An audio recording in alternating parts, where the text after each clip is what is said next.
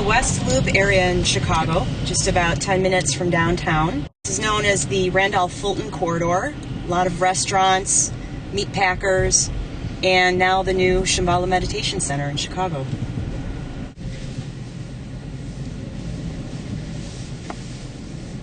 It's really turned around. A lot of new stores and restaurants. Harpo Studios, where the famous Oprah show was filmed for those many years that she was on TV. Right across the street in the big red brick building is our new Shambhala Center. Our signage was really important to let people know who we are very quickly. We incorporated our Great Eastern Sun element in all of our windows, as well as 3 words that we thought would really pique people's interest, that were about community, meditation, and social vision.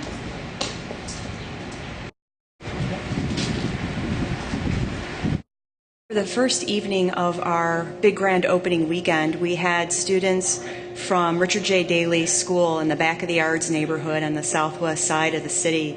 They were so excited to be here, and they received meditation instruction, and they brought their artwork with them.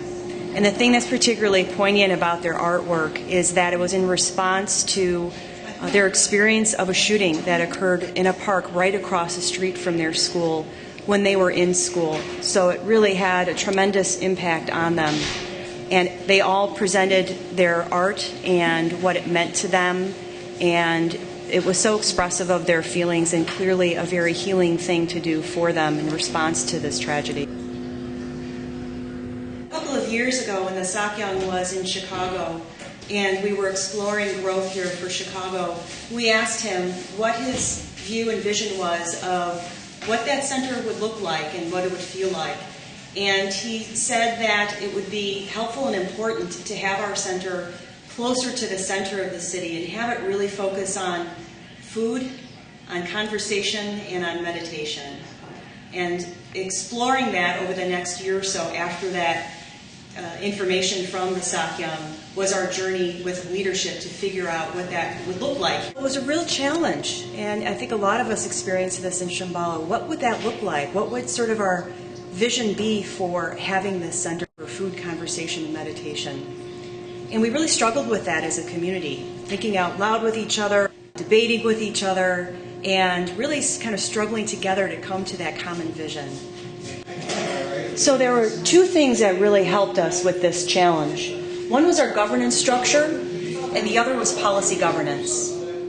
We changed our leadership structure to really align with the vision that the Sakyong has for all of us, as well as for our vision here in Chicago. And we changed from having a board to having a governing council and having an executive council. And the governing council really looks at the what. Who are we, our vision, and is responsible for that. And the executive council is the how. How will we actually fulfill that vision? Before, the board was really dealing with every single issue that was coming through the center and really did not have much time for strategic thinking. And that's really what's different now. The executive council really is handling all of the different things that we have to address at the center. And that freed up the governing council to do much more strategic thinking for the center. So how this works is that the purpose of the governing council is to really act on behalf of the lineage of Sakyongs and to benefit the greater Chicago community and to ensure that all of the values that we have are manifest in everything that we do. And how we really know that we're doing that is by establishing policies and actually writing those down and having a policy manual. The key policy that we have in policy governance is the ENDS policy, and that really proclaims our vision, the house on the hill, what we want to be and who we are. And it starts with an ENDS policy, global policy statement, and it really for us proclaims that we want people to have a felt experience of basic goodness. From there we get into levels of detail of what that means, get it more granular and more specific. And our policies align with basic goodness felt for oneself, with others, and with society.